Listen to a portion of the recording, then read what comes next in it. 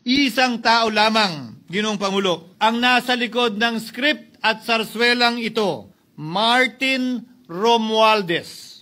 Nais ko din pong kumpirmahin ang sinabi ni Congressman Toby Chanco na ang pag-file ng impeachment complaint laban kay Vice President Sara Duterte ay ginamit na paraan ni Speaker Romualdez para mag-release ng pondo nila na naka-FLR or for late release bago mag-eleksyon. Maski na alam po niya na hindi po ito kayang talakayin ng Senado hanggang sa Hunyo pa mula nung simula. Sabi nila, pumirma kayo dahil kung hindi lalabas ang pondo nyo na naka-FLR bago mag-eleksyon. Subalit, Ginoong Pangulo, hindi ito umubra. Hindi ito umubra dahil tinanggihan ito ni PBBM. Sinabi niyang walang ganyang uri ng usapan. At sinabi niyang hindi niya gagawin yon. And that is why, Mr. President, distinguished colleagues, at the height of the impeachment controversy and amidst the passion of some sectors to remove the Vice President at all costs, I urged prudence and level-headedness because I knew that greed and not accountability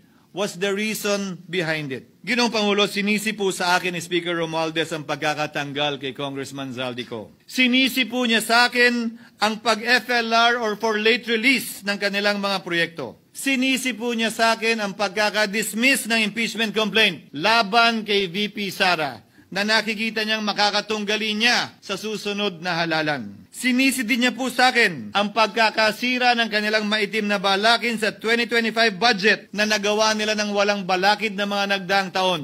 Nagkataon lang ba, Ginoong Pangulo, na ang mga nakaupong senador na dinidiinan sa ngayon ay ang dating Pangulo, dating Pro Tem, dating punong mayoriya ng Senado, na lahat nagkataon din lang ba na bumoto kontra sa depektibong impeachment ni Vice President Duterte o talagang tinumbok lang kami